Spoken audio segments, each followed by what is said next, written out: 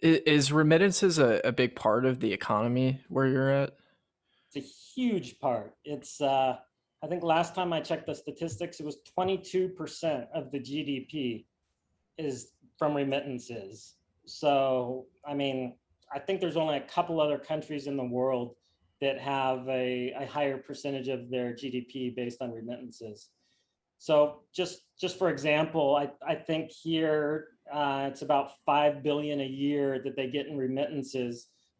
Say you figure an average 10% fee, that's $500 million that's being siphoned off, by Western Union, by these other companies, rather than going to the end user.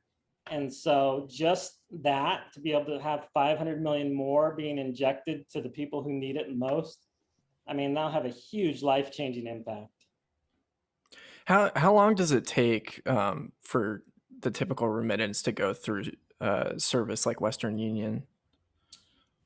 It depends, and they are getting better, but it's still generally, at least 24 hours. And it's not even so much the transfer time, but the fact that most people have to physically go to the office, both on the sending side and the receiving side.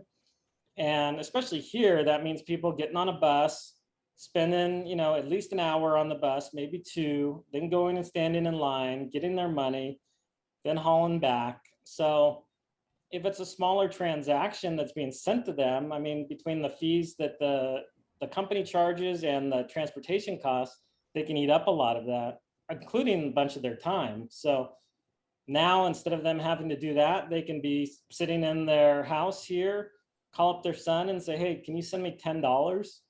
And their son can say, yeah, boom. Where before, it wouldn't really make sense unless you're going to send at least a couple hundred.